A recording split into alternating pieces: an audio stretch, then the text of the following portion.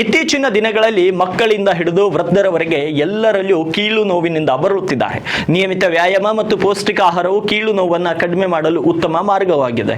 ಕೀಲು ಉರಿಯೂತ ಮತ್ತು ಕೀಲು ನೋವನ್ನು ಕಡಿಮೆ ಮಾಡಲು ನಿಯಮಿತವಾಗಿ ಯಾವ ಆಹಾರವನ್ನು ಸೇವಿಸಬೇಕು ಎಂಬುದನ್ನು ತಿಳಿಯೋಣ ಬನ್ನಿ. ಅದಕ್ಕಿಂತಲೂ ಮುಂಚೆ ಪೇಜ್ಗೆ ಫಾಲೋ ಮಾಡೋದಿದ್ರೆ ಕೂಡಲೇ ಪೇಜ್ಗೆ ಫಾಲೋ ಮಾಡಿ. ಫ್ಯಾಟಿ ಫಿಶ್ ಒಮೆಗಾ 3 ಕೊಬ್ಬಿನಾಂಶಗಳಿಂದ ಸಮೃದ್ಧವಾಗಿದೆ. ಇವುಗಳ ನಿಯಮಿತ ಸೇವನೆಯು ಉರಿಯೂತ ಮತ್ತು ಕೀಲು ನೋವನ್ನು ಕಡಿಮೆ ಮಾಡಲು ಸಹಾಯ ಮಾಡುತ್ತದೆ. ಒಮೆಗಾ 3 ಅಧಿಕವಾಗಿರುವ ಆಹಾರವನ್ನು ಸೇವಿಸುವ ಜನರು ಸಿ ರಿಯಾಕ್ಟಿವ್ ಪ್ರೋಟೀನ್ ಮತ್ತು ಇಂಟರ್ಲ್ಯೂಕಿನ್ 6 ನಂತಹ ಉರಿಯೂತದ ಪ್ರೋಟೀನ್ಗಳನ್ನು ಕಡಿಮೆ ಮಟ್ಟದಲ್ಲಿ ಹೊಂದಿರುತ್ತಾರೆ ಎಂದು ಅನೇಕ ಅಧ್ಯಯನಗಳು ತೋರಿಸಿವೆ. ಇನ್ನು ಬ್ಲೂಬೆರಿ, ಸ್ಟ್ರಾಬೆರಿ ಹಣ್ಣುಗಳು ಉತ್ಕರ್ಷಕ ರೋಗ ನಿರೋಧಕ ಶಕ್ತಿಯನ್ನು ಹೊಂದಿದ್ದು ಉರಿಯೂತ ಗುಣಲಕ್ಷಣಗಳನ್ನು ಮತ್ತು ಫ್ಯಾಲಿಫಿನಾಲ್ಗಳ ಅತ್ಯುತ್ತಮ ಮೂಲಗಳಾಗಿವೆ. ಇವು ಉರಿಯೂತ ಹಾಗೂ ಕೀಲು ಅಂಗಾಂಶ ಹಾನಿಯಿಂದ ರಕ್ಷಿಸಲು ಸಹಾಯ ಮಾಡುತ್ತವೆ.